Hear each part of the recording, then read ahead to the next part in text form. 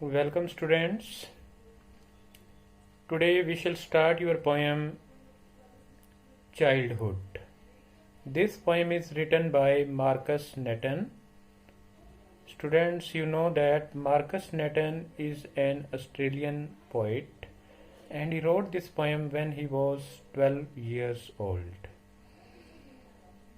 You know, childhood is one's best period of his life. It is the prime period of his life, and everyone is happy when it is childhood. In childhood, we have a lot of joys, we have no tension.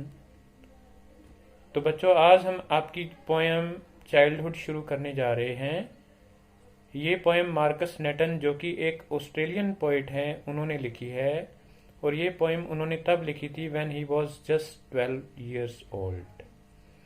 This poem is written on the theme of loss of childhood. बचपन सभी को अच्छा लगता है. बचपन में हम सब खुश रहते हैं, हमारा बहुत ज़्यादा ख्याल रखा जाता है. It is the prime period of our life, but it comes so early, and by the time we are aware of our childhood, it is already over. जब हम अपने बचपन के बारे में कुछ जान पाते हैं तब तक ये पीरियड है वो जा चुका होता है. So in this poem the poet laments over the loss of his childhood. कवि अपने बचपन के ऊपर, बचपन के बीत जाने के ऊपर अपना दुख प्रकट करता है. The poet wonders when he lost his childhood. कवि हैरान हो जाता है कि उसका बचपन पता नहीं कब खत्म भी हो गया.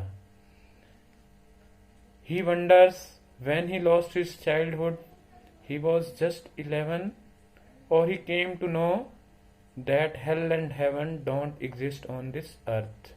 कभी सोचता है कि उसका बचपन शायद तब बीत गया जब वो 11 साल का हुआ, या फिर जब उसको ये बात पता चलनी शुरू हो गई कि जो हेल और हेवन है, स्वर्ग और नरक है, वो इस पृथ्वी पर एग्जिस्ट ही नहीं करती.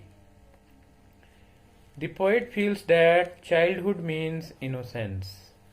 When he believed that adults were not what they really then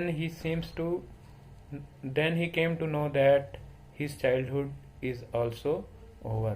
कवि ये मानता है कि बचपन का मतलब इनोसेंस होता है, ज्ञानता होती है, और जब उसको ये पता चलना शुरू हो गया कि एक्चुअल में अडल्ट्स हैं, वो लोग ऊपर से कुछ और अंदर से कुछ और होते हैं, तब उसको भी ये बात पता चलनी शुरू हो गई कि अब वो बच्चा नहीं रहा. When his childhood was over, then he gained some wisdom. He came to know that adults also don't teach love, and they also don't act so lovingly. The poet also feels when he got his own identity, own ideas, his own pure thoughts, not copy of others, then his childhood came to an end. कवि ये भी महसूस करता है कि जब उसको अपनी पहचान मिली, उसके अपने खुद के विचार पैदा होने शुरू हो गए, तब उसका बचपन शायद चला गया. He started producing his own pure thoughts, not copy of others. उसने अपने विचार पैदा करने शुरू कर दिए. उसके विचार अपने खुद के विचार होते थे, दूसरों की नकल के विचार नहीं होते थे. तब शायद उसका बचपन भी बीत गया. Now he thinks that his childhood has hidden behind an infant face. उसको लगना शुरू हो गया है कि शायद उसका जो बचपन है वो किसी दूसरे बच्चे के चेहरे के अंदर जाकर के छिप गया है.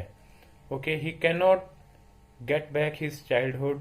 वो अपने बचपन को वापस नहीं ला सकता.